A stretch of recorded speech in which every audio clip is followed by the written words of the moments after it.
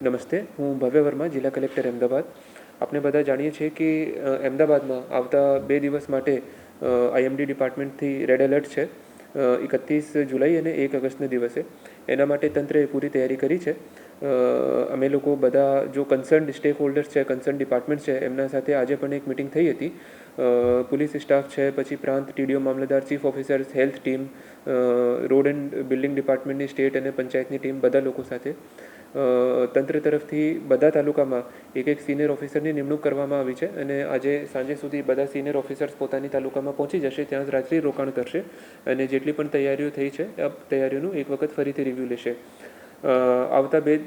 આવતીકાલ માટે 31 તારીખ માટે અમદાવાદ જિલ્લાના સ્કૂલ કોલેજીસમાં રજા જાહેર કરવામાં આવી છે, સો દેટ કોઈ પણ સ્ટુડન્ટ્સને કોઈ પ્રોબ્લેમ ન થાય.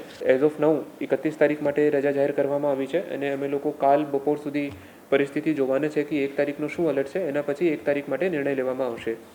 આપણી પાસે જિલ્લામાં 3 ટીમ્સ અવેલેબલ છે, સ્પેસિફિક ટીમ. એક એનડીઆરએફ ટીમ અવેલેબલ છે અને 2 એસડીઆરએફ ટીમ અવેલેબલ છે. આ ત્રણેય ટીમ આપણે ધોલકા, બાવલા અને સાણંદમાં સ્ટેશન્ડ છે અને જે તાલુકામાં અમે લોકોને જરૂરિયાત પડશે એ તાલુકામાં એ લોકોનો ઉપયોગ કરવાના છે.